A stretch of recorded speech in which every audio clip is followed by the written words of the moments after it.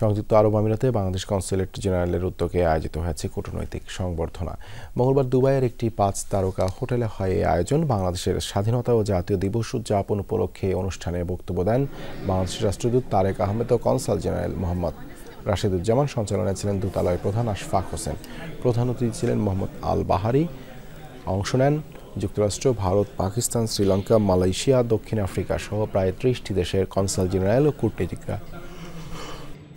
এছাড়াও উপস্থিত ছিলেন বহু প্রবাসী বাংলাদেশি। আমরা সবাই একতাবদ্ধ হয়ে দেশকে গড়ে তুলি। যার যেখানে যতটুকু কন্ট্রিবিউট করার সুযোগ আছে সেভাবে আমরা কন্ট্রিবিউট করব এবং আমরা একটি সমৃদ্ধশালী দেশ হিসেবে আমাদের নিজেদেরকে প্রতিষ্ঠিত করব। বাংলাদেশের বর্তমানের বিনিয়োগের যে সুন্দর একটা পরিবেশ বিরাজ করছে সেই পরিবেশের সুযোগ নিয়ে যাতে সেই সুযোগটা নেওয়া হয়। On both sides there is willingness and we are looking forward to inshallah to strengthen this relation. I'm sure in the years to come India Bangladesh friendship will grow from strength to strength.